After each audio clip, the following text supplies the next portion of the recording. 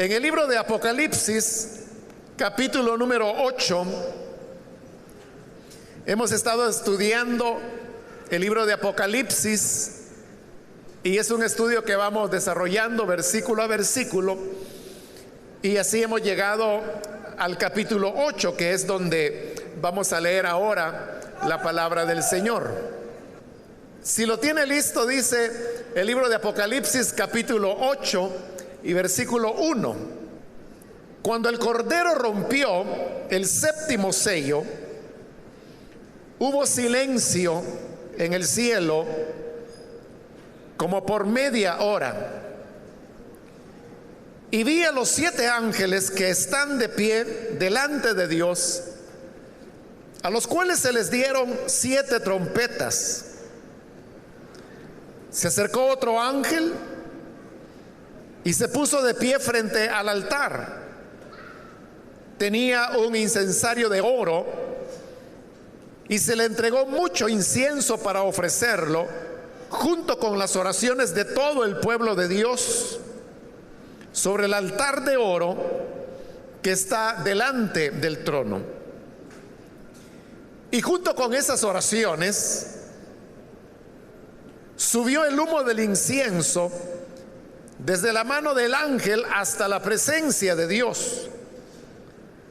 Luego el ángel tomó el incensario y lo llenó con brasas del altar, las cuales arrojó sobre la tierra, y se produjeron truenos, estruendos, relámpagos y un terremoto. Hasta ahí dejamos la lectura. Pueden tomar sus asientos, por favor. Hermanos, en las ocasiones anteriores hemos venido avanzando en el estudio de este libro de Apocalipsis, y hace ya algunos días comenzamos a estudiar el tema de los 7 sellos. Los sellos fueron siendo rotos uno a uno hasta llegar al número 6. Y luego, después del 6º sello, comenzó un paréntesis que es todo el capítulo 7 que estudiamos anteriormente, y en el cual vimos cómo la gracia de Dios habrá de manifestarse no solamente con el pueblo de Israel, sino que con todas las naciones. Pues ahí se habla de la multitud de pueblos que venían de la gran tribulación. Luego ese paréntesis se cierra, y así es como llegamos a este capítulo 8, donde ahora finalmente vamos a ver la ruptura de lo que es el 7º sello. Ahora, en los 6 sellos anteriores hemos visto que cada uno de ellos está desencadenando hechos catastróficos que hablan del juicio de Dios contra un mundo que se ha rebelado contra Él, contra sus planes, contra sus designios, contra sus principios. Y cada sello que ha sido roto ha representado pestes, enfermedades, muerte, cataclismos naturales. Lo curioso es que cuando se llega al 7º sello, cuando uno esperaría que por ser ya el último de los sellos, con el cual el libro que está en la mano de Dios habrá de ser abierto, este sello sea como el más solemne de todos. Y si los anteriores han presentado juicios y castigos, entonces uno esperaría que el 7º sello fuera también una expresión verdaderamente apocalíptica, lo que desencadenara. Pero al contrario de eso, vemos que lo que desata el 7º sello es nada más que silencio. Ahí lo puede usted ver en el versículo 1. Cuando el Cordero rompió el séptimo sello, hubo silencio en el cielo como por media hora. El libro de Apocalipsis es un libro que describe muchos elementos sonoros. El capítulo 1 comienza hablando de la gran voz que Juan oye, que dice que era como el sonido de una trompeta. Luego habla de las voces, que describe como ruido de muchas cataratas. Luego habla de millones de ángeles que alaban, de la creación, de todo ser viviente que alaba, de los redimidos que alaban. Habla de galopes de caballo, habla de truenos, habla de rayos. Es un libro muy sonoro, y por eso llama la atención que al romperse el séptimo sello, lo que sucede es un silencio. Eso es todo el sello. Con esto se han roto ya los 7 sellos que mantenían cerrado el libro, pero vemos que al romperse el séptimo sello, ya no se dice nada más del libro, si finalmente es abierto o no es abierto. Pero la razón de eso es, como ya lo hemos explicado con anterioridad, que la apertura del libro no es otra cosa que el desencadenamiento de los hechos históricos. Y eso es lo que estamos viendo. Por eso es que al romperse el séptimo sello, el libro queda ya totalmente abierto. Pero lo que va a ocurrir no es nada más que la profundización de lo que ya ha sido presentado a través de los sellos previos. Ahora, ¿qué es lo que significa ese silencio? Sin duda de que la media hora de silencio que trae el séptimo sello no es nada más que una pausa, es un paréntesis. Porque luego la sonoridad del libro vuelve a aparecer. En el versículo 5, que es donde terminamos la lectura, allí dice que se produjeron truenos, estruendos, relámpagos, un terremoto.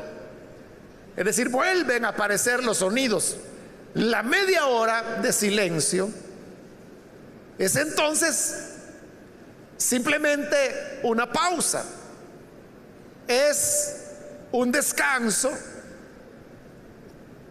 en los eventos que han venido sucediéndose en los 6 sellos anteriores. Ahora, cuando hablamos de una pausa, ese es un elemento bien importante, porque nosotros sabemos que en los planes de Dios, el tener pausas o momentos de descanso es un aspecto importante. En la misma creación tenemos que Dios creó los cielos y la tierra y todo lo que hay en ellos en 6 días. Y luego dice, en el séptimo día descansó. Entonces, Dios también hizo una pausa del trabajo de creación que él había venido realizando. Y a partir de ese séptimo día en el cual Dios descansó, es que viene ya toda la enseñanza de la Biblia sobre la importancia para el ser humano de tener un reposo, de tener una pausa. ¿Por qué razón Dios se detuvo e hizo esa pausa después de 6 días de creación?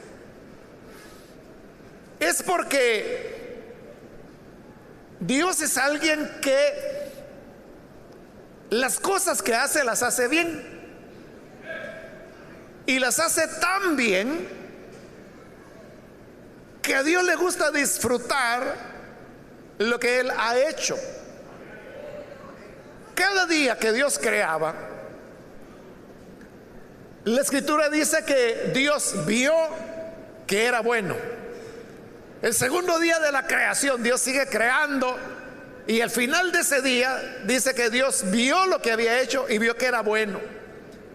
Y eso se repite por los primeros 5 días. El sexto día, que es cuando crea al hombre, dice que Dios vio, y a Dios le pareció que lo que había hecho era sobremanera bueno. Y luego en el séptimo día es cuando hace su pausa y descansa. Entonces Dios descansa para poder disfrutar del trabajo que ha hecho, para poder deleitarse con las cosas que Él había creado, y entre eso el ser humano también. Dios nos está dando ahí el ejemplo de cómo para nosotros los seres humanos es importante poder tener esos momentos de pausa y de apreciación de las cosas que hemos podido lograr en cualquier aspecto de la vida. Puede ser la vida laboral, la vida de trabajo, la vida familiar, puede ser en la vida de estudio, puede ser en la vida espiritual. Pero muchas veces a nosotros se nos va la vida y no disfrutamos, no valoramos lo que Dios en su misericordia nos ha permitido hacer. Por eso es que Dios hizo una pausa. Pero imagínese que usted un día decide pintar su casa. Compra la pintura, compra la brocha que necesita y comienza a pintar, y después de algunos días, dependiendo el tiempo que usted tenga, termina. Pero cuando ya terminó de pintar, ¿por qué no se sienta un rato? Observe, vea lo que ha hecho. No solo vea lo que ha hecho, contemple lo que ha hecho, disfrute el fruto de su trabajo. Esto que estoy diciendo, y que es un ejemplo muy sencillo como el de pintar la casa, es algo que se repite en otras esferas de la vida, como ya dije. Si se trata de la vida familiar y usted tiene un hijo, tiene una hija, ¿por qué no se detiene y hace una pausa? Hace como Dios en el libro de Apocalipsis, media hora de silencio. Es simplemente una pausa, un alto en el camino, y comience a observar a su hijo. Mírelo cómo ha crecido ya. Véalo cómo son sus facciones físicas. Vea sus ojos, sus labios. Piense en cómo el tiempo ha pasado y lo que ha hecho de su hijo. Apenas fue ayer cuando lo tenía entre sus brazos como un bebé, y ahora ya es un jovencito. O ve a su hija, que de aquella bebé que la arropaba en la cunita, hoy ya es una niña que va camino a ser señorita. Y usted sabe todos los esfuerzos, los sacrificios, las enfermedades que se tuvo que afrontar para que esa niña esté ahora ahí, y que usted pueda decir: hasta aquí el Señor me ha ayudado.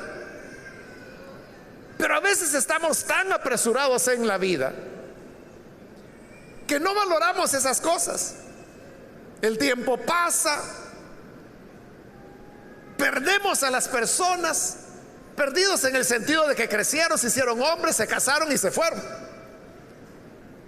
o comenzaron a trabajar y por sus responsabilidades laborales tuvieron que irse a otra ciudad y ya no viven ahí. Y de repente usted se pregunta: bueno, ¿y por dónde se fue mi hijo que ni lo vi? es porque usted no tuvo pausas para poder valorar. Y si usted me pregunta con qué frecuencia nosotros tenemos que tener esos momentos de valoración o de reflexión, no le voy a dar mi opinión, sino que le voy a decir lo que Dios dice en su palabra, y es que tiene que ser cada semana. Por eso el Señor le dijo a Israel que el día séptimo tenían que descansar. Los primeros 6 días de la semana eran para trabajar, pero en el séptimo día tenían que reposar. Entonces, era hacer una pausa, un alto en el camino. Pero no solamente era eso, sino que también a la tierra se le daba descanso. Dios decía que la tierra había que cultivarla durante 6 años, y en el séptimo año había que dejar que la tierra descansara. Y si la gente se preguntaba, bueno, ¿y qué vamos a comer el séptimo año si no cosechamos la tierra? Dios les decía, lo que ocurre es que en el sexto año la tierra producirá tan abundantemente que no será necesario que trabajen la tierra en el séptimo año. Y eso es así, la tierra se agota. Cuando se agota, su producción decae. Hoy lo que hace el hombre es que sigue exprimiendo a la tierra y utiliza fertilizantes químicos, que son los que hoy se sabe que dañan tanto a la salud humana, porque es cierto, son químicos que aplican a la tierra para levantar su productividad, pero estos químicos son absorbidos por los vegetales, las frutas, las verduras, los animales, y son los que llegan a nuestras mesas, y cuando las comemos también los ingerimos nosotros. Pero ¿por qué se usan fertilizantes químicos? Porque la tierra está agotada, ya no rinde más, y como ya no rinde más, entonces se usan esos métodos para que siga rindiendo. Pero Dios dijo que había que trabajar la tierra por 6 años y en el séptimo dejarla descansar, porque de esa manera la tierra se recuperaba, daba cosechas más abundantes, al punto que no necesitaban esfuerzos extraordinarios para comer el séptimo año, porque la tierra producía en mucha abundancia. Pero no solo era que la tierra se dejara descansar en el año séptimo, sino que también habían series de 7. Eran 7 series de 7, es decir, 7 grupos de 7 años cada uno. 7 por 7 da 49, entonces eran 49 años. Como el año 49 era el año séptimo del séptimo grupo, no se trabajaba la tierra. Pero Dios decía que cada 49 años había que anunciar el año del jubileo, que era en el año 50. Y en el año 50 otra vez la tierra no se cultivaba. Entonces vea, allí no era un año que se dejaba descansar la tierra, eran 2 años, el 49 y el 50. Y la tierra iba a ser cosechada hasta en el año 51, que en realidad era el año 1 del primer grupo de 7 años, que después de 7 grupos, es decir, otros 49 años, llegaría a ser otro año del jubileo. Es decir, que en el año 49 y 50, el 49 por ser año séptimo y el 50 por ser del jubileo, no se cultivaba la tierra. Y no era un año de hambre, no era que la gente dijera, bueno, ya es segundo año que no cultivamos la tierra, hoy sí que nos vamos a morir. Al contrario, el año del jubileo, por eso se llamaba del jubileo, porque la gente estaba jubilosa, las deudas eran perdonadas, los que habían vendido su tierra la recuperaban, los que estaban endeudados, sus deudas eran perdonadas. El que se había vendido como esclavo quedaba en libertad. No se trabajaba, solo se comía lo que la tierra producía de sí misma. Era un júbilo, era una alegría. La enseñanza de todo esto que estoy mencionando es que Dios dosificaba la reflexión, la pausa, el descanso. Y es lo que estamos viendo ahora aquí en el libro de Apocalipsis. Uno pensaría que para destruir algo uno no necesita planificar mucho. Si a usted le dan un libro, digamos, y le dice, mire, destruye este libro, usted no tiene que andar planificando mucho, simplemente agarra y comienza a romperlo, o lo quema, qué sé yo, lo destruye. Pero como Dios es un Dios de orden, a pesar que Él está enviando juicio sobre la tierra y está destruyendo de ellas a los que han pecado en contra de Él, ese juicio, ese apocalipsis, esa destrucción es planificada, tan planificada que tiene hasta sus pausas. Por eso es que cuando se rompe el séptimo sello, porque los sellos, como le dije, han venido en una progresión.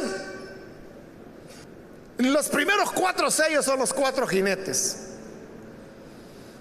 El quinto sello son las almas de los mártires bajo el altar. El sexto sello son cataclismos naturales, un terremoto, el sol que se oscurece, la luna que se torna roja como de sangre, las estrellas que caen del firmamento. Entonces uno dice, Dios mío, cuando rompe el séptimo sello, eso va a ser un bombazo. Y llega el Cordero, rompe el séptimo sello y dice, tiempo de descanso. Y no pasa nada. Lo que hay es silencio por media hora, porque es un tiempo para valorar lo que se ha hecho, lo que se está haciendo y lo que se hará. Lo que ocurre, hermanos, es que en nuestra sociedad actual moderna, el silencio es algo ya poco apreciado, es algo que ya poco se valora. Pero el silencio tiene virtudes. Una gran virtud del silencio es que le permite oír a Dios. Vea que nuestros cultos hoy en día son bastante ruidosos. O sea, y yo no digo que esté malo, no. La música, la alabanza, el canto, o que alguien diga por ahí, aleluya, gloria a Dios, dice otro por allá. O sea, no es que esté malo, pero lo que ocurre es que cada vez menos vemos el silencio como un elemento de adoración, que es lo que estamos viendo aquí en Apocalipsis. Hace años atrás, hermanos, cuando iniciaba el ministerio, me recuerdo que me invitaron a predicar en una iglesia de esas que tienen como 100 años, más de 100 años de estar en el país. Entonces yo fui, y son esas iglesias que utilizan un programa, o sea, un programa para el culto. Ahí dice el orden de todo lo que se va a desarrollar, impreso. A cada persona que entra a la iglesia le entregan un programa. Lo que le quiero decir es que esa vez que me invitaron, que era un día domingo, yo vi el programa y al leerlo vi que había un punto que se llamaba oración en silencio. Y dije, ¿y esto qué es? Dije. Pero como estaba en el programa, dije, vamos a llegar ahí.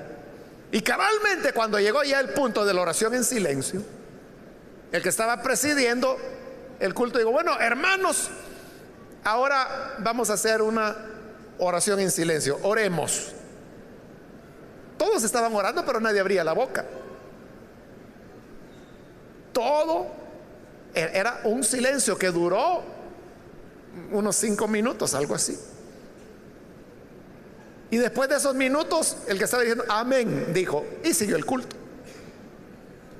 Ahora, la virtud de eso, como ya le dije, del silencio, es que nos permite escuchar a Dios.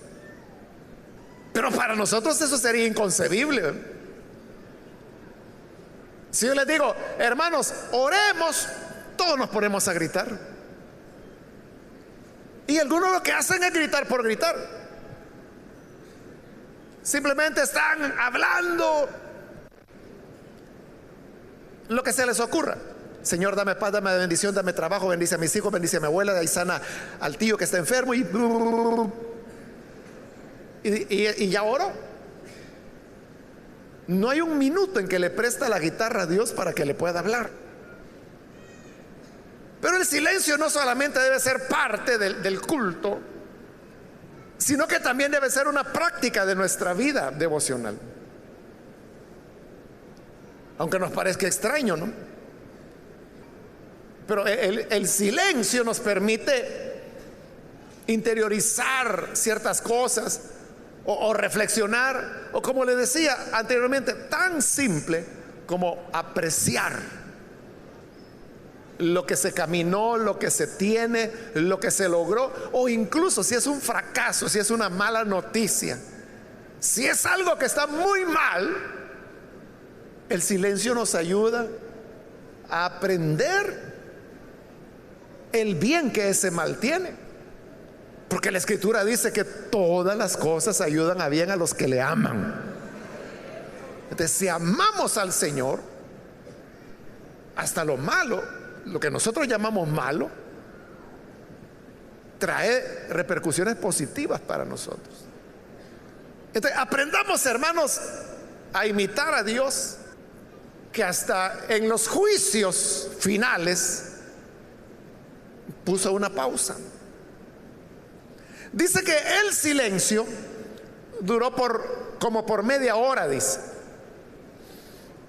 En el Apocalipsis, los números incompletos o truncados, porque hay varios, se habla, por ejemplo, de 3 años y medio. Aquí se está hablando de media hora. O se habla de que murió la mitad de los seres vivos. Esos números que son truncados son expresiones de juicio. Entonces no es una hora, es media hora, es la mitad de un número, es un número fraccionado. Así se le llama en matemática, no fracciones. Entonces, eso en la Biblia expresa juicio. Ahora, versículo 2.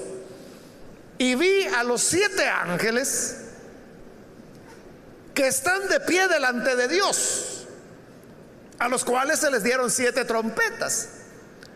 Todo esto está ocurriendo en silencio todavía.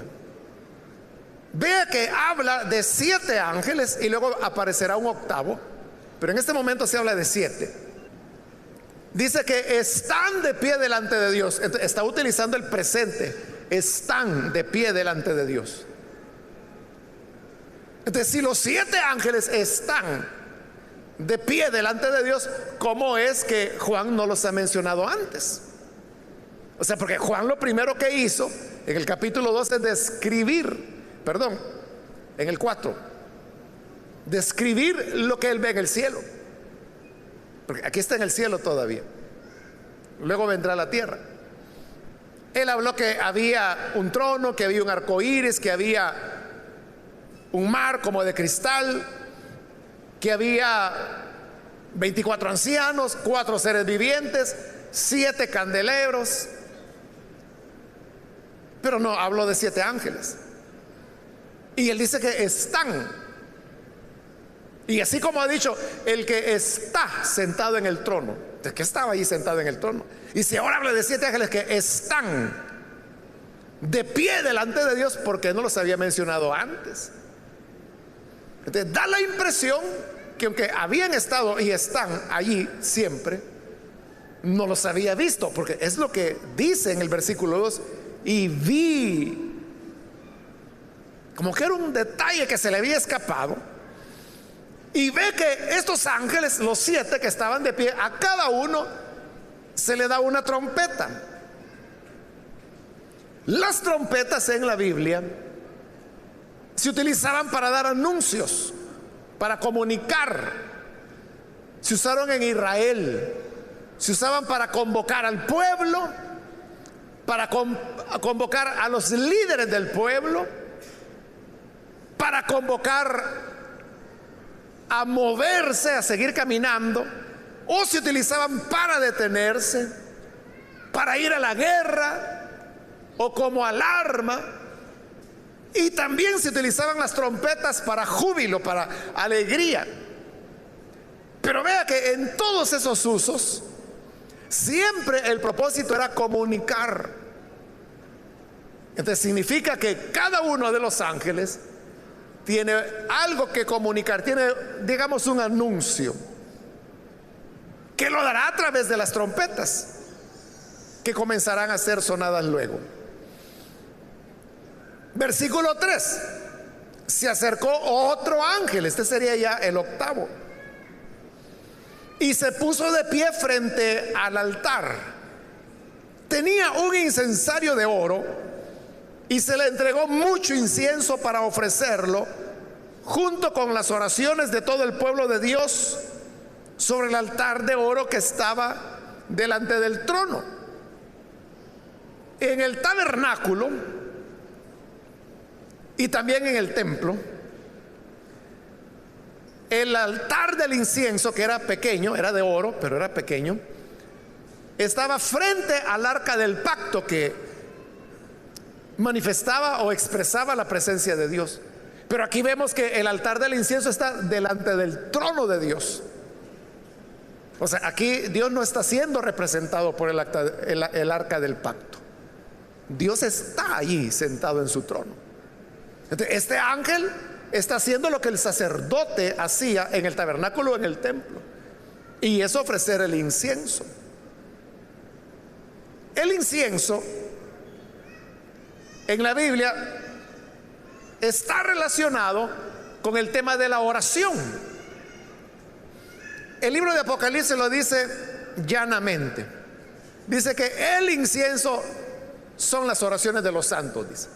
Ahí está claro. Pero en los Salmos, en el Evangelio de Lucas, la oración siempre es relacionada con el incienso. Entonces, por lo tanto, aquí lo que tenemos son las oraciones. Recuerde que el silencio sigue. Aquí todavía no han empezado los truenos que vendrán ya después. Entonces, todo está en silencio. Y en ese silencio, lo que sale a relucir son las oraciones, que se van a mezclar con el incienso que el ángel añadirá a esas oraciones. Algunos hermanos han dicho que Dios hace media hora de silencio para escuchar la oración de sus hijos. Pero realmente Dios no es sordo y tampoco tiene problemas auditivos. Él puede escucharlo a usted en medio de bombas y le va a oír, en medio de las alabanzas, y le va a escuchar. Pero de lo que sí habla el incienso en medio del periodo del silencio es la valoración. Es lo que yo le dije, es que silencio no es un castigo. Silencio no es me voy a dormir, sino que el silencio es de contemplación. Dios siempre oye las oraciones de sus hijos, pero hay una pausa, hay un silencio en el cual esas oraciones son valoradas, son disfrutadas por Dios. Son disfrutadas, y por eso es que se le relaciona con el incienso, porque el incienso, su único propósito es el de despedir olor agradable. El versículo 4 dice: junto con esas oraciones subió el humo del incienso desde la mano del ángel hasta la presencia de Dios. Entonces, para Dios nuestras oraciones son agradables. Él las aprecia, las valora. Aquí, hermanos, en la tierra donde moramos, hay momentos en los cuales nosotros no sabemos qué pasa, ¿verdad? Porque usted dice, bueno, yo oro, y mientras más oro, peor se pone la cosa. Quizás si dejo de orar, mejoran. O en nuestras oraciones tenemos peticiones que le hacemos a Dios. Y en esas peticiones, usted sabe que Dios a veces a nuestras oraciones puede responder sí y la concede, o puede responder no y niega la petición, o puede responder todavía no y la pospone.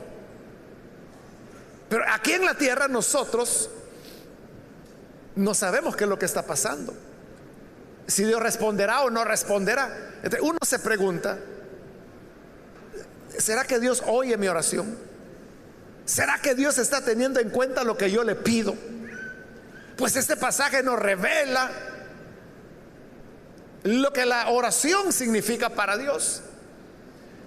Y lo que significa es que es un olor fragante, es agradable, como cuando a usted le regalan un perfume que a usted le agrada. Entonces usted lo aspira, lo huele, lo disfruta y dice, es que me gusta, y lo vuelve a tapar y lo deja ahí. Al rato llega a destapar, ay, es que me gusta. Así es Dios. Como incienso agradable delante de Él son las oraciones suyas. Sus oraciones, sí. Y así como usted dice, es que mis oraciones, hermanos, son débiles, son inadecuadas. U otro puede decir, es que, mire, hermano, la verdad es que cuando yo oro me duermo. Pues esos pedazos de oraciones que hace delante de Dios son olor fragante, le agradan a Dios, las disfruta. Y la función del ángel es añadirle más incienso. El libro de Hebreos dice que los ángeles son espíritus que Dios ha enviado al servicio de los que han de heredar la salvación. Los ángeles están para ayudarnos, para ministrarnos, para servirnos. Y ahí vemos que el ángel lo que está haciendo es haciendo aún más agradable, porque le está añadiendo incienso a las oraciones. Entonces cuando usted dice, es que esas mis oraciones, hermano, tan débiles, tan faltas de fe, las oirá Dios. Es que lo que ocurre es que los ángeles le añaden incienso. Y también recordemos la acción del Espíritu Santo. Pablo en su carta a los Romanos dice, ¿qué hemos de pedir? No sabemos. ¿Cómo hemos de pedirlo? No sabemos. Pero el Espíritu Santo viene y nos ayuda en nuestra debilidad, intercediendo por nosotros.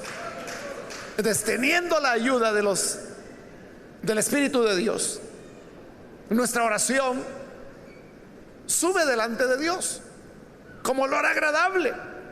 Y por eso es que cuando Dios le responde a sus oraciones, usted dice, bueno, lo mal que oré y Dios me respondió. Si orara como se tiene que orar, ¿cómo no sería la cosa? Entonces la oración es agradable, es regalo que nosotros le damos a Dios. Claro, Él no necesita de nosotros. Con incienso o sin incienso, Él sigue siendo Dios. Al fin y al cabo, nosotros somos los que necesitamos orar a Él, no por lo que podamos obtener, sino que por cuánto la oración nos cambia y nos hace mejores personas. Entonces vea, si Dios valora las oraciones de su pueblo en medio del silencio, nosotros deberíamos valorar la respuesta de Dios en medio del silencio también. ¿Cómo? Guardando silencio cuando oramos. O sea, usted ore, y si usted quiere orar a gritos, está bien, pero dele un lugarcito a Dios, pare un rato y simplemente guarde silencio y afine el oído. Oiga, a lo mejor Dios quiere decirle algo, quizás ya le va a responder, pero como no le damos tiempo a Él, estamos ahí, amén, y ya nos levantamos y nos vamos. No damos lugar. Y nos vamos a poner la radio, a poner música, a poner el cassette. Bueno, ya no hay cassette, ¿verdad? Pero en el teléfono, en la memoria, comenzamos a escuchar música. Es una sociedad ruidosa, pero debemos valorar el silencio, porque en el silencio es que Dios disfruta y valora nuestras oraciones. Versículo 5. Luego el ángel, el mismo que había añadido el incienso a las oraciones, tomó el incensario y lo llenó con brasas del altar, del mismo altar del incienso, las cuales arrojó sobre la tierra, y se produjeron truenos. Aquí termina ya la media hora de silencio, y termina con un gran trueno, estruendo, relámpagos y un terremoto. Vea que la idea que nosotros tenemos del altar de Dios es de misericordia. Por eso es que aquellos que habían pecado y que la justicia los perseguía, lo que hacía era que corrían y llegaban al altar que estaba en el tabernáculo, en el templo, y se agarraban de las esquinas del altar. Y la idea con hacer eso es que estaban buscando misericordia. Entonces, del altar brotaba misericordia, brotaba perdón, brotaba reconciliación.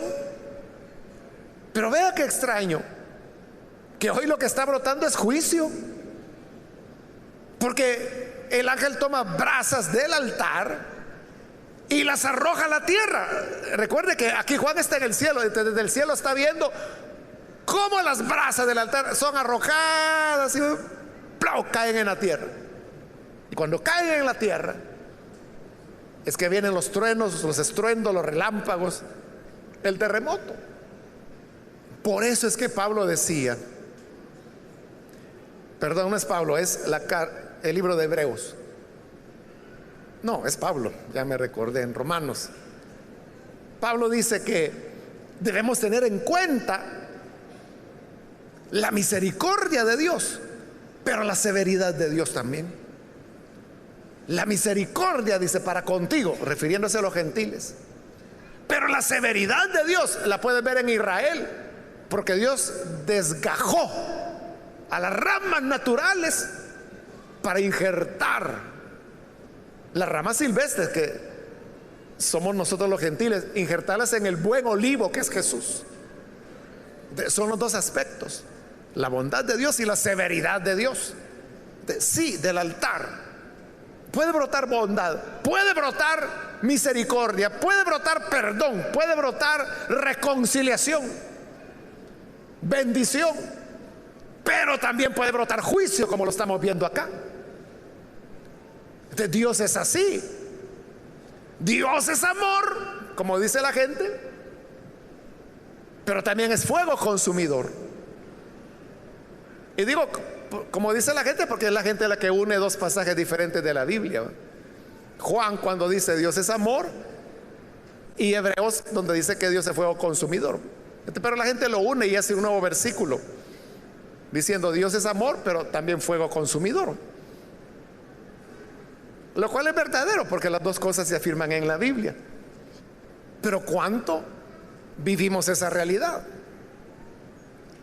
Porque hay gente demasiado confiada que dice, no, yo cuando me esté muriendo, ahí le voy a pedir perdón a Dios, y yo sé que Él es tan misericordioso que me va a perdonar todo lo pícaro que fue en la vida. Creen que van a tener tiempo al final de sus días. O la gente que dice, no, cuando yo vea que ya viene el arrebatamiento, yo me voy a agarrar las faldas de mi mamá, que es diaconisa, y yo sé que Dios es misericordioso y me voy a ir con ella. No se tiene en cuenta el otro aspecto, que con Dios no se juega. Dios es severo. Y la gente puede decir, sí, pero eso fue en el Antiguo Testamento. ¿Cómo no? Le voy a presentar a Ananías y a Zafira, que son del Nuevo Testamento, y que le cuenten lo que les pasó a ellos por andar mintiendo y con las picardías que usted hace. ¿Qué le va a esperar? Y cuando las brasas caen sobre la tierra, dice que se produjeron truenos, estruendos, relámpagos y un terremoto. Estos 4 elementos que se mencionan aquí se van a mencionar 2 veces más en este libro de Apocalipsis, y siempre se van a mencionar cuando ha terminado un ciclo de 7. Recuerde que en Apocalipsis hay 3 ciclos de 7: los 7 sellos, las 7 copas, que son las que veremos en la próxima oportunidad, perdón, las 7 trompetas, y finalmente las 7 copas. Algunos añaden una 4ª serie de 7, que son los 7 mensajes a la iglesia, los 7 sellos, las 7 trompetas, las 7 copas. Pero son solamente los sellos, las trompetas y las copas los que cuando terminan con esto: que hubo truenos, estruendos, relámpagos y terremotos. Como aquí acaba de terminar el 7º sello, la primera serie de 7, como ya terminó, se menciona truenos, estruendos, relámpagos y un terremoto. La diferencia es que en las 2 menciones que siguen se va amplificando, porque en el capítulo 11 vamos a ver, cuando terminan las trompetas, que se habla de truenos, estruendos, relámpagos, granizo y un terremoto. Y después de las 7 copas se menciona otra vez truenos, estruendos, relámpagos, granizos, y luego dice y un gran terremoto. Entonces, note, se va ampliando la intensidad, se va incrementando la intensidad. Entonces, eso significa que las 3 series de 7 es lo mismo. O sea, lo que ya se describió en los 7 sellos se va a repetir con las 7 trompetas, lo único que ampliándolo. Y se va a repetir por tercera vez con las 7 copas, lo único que más ampliado aún. Y por eso es que cuando se habla de los truenos, estruendos, relámpagos y terremoto, también se va ampliando.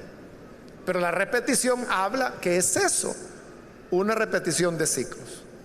Hermanos, quiera Dios que a través de la reflexión que hemos tenido en esta ocasión podamos aprender a valorar el silencio, las pausas.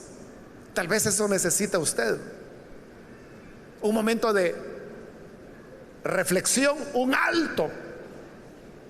Aparte su día para usted, pare todas las actividades, apague todo, guarde silencio.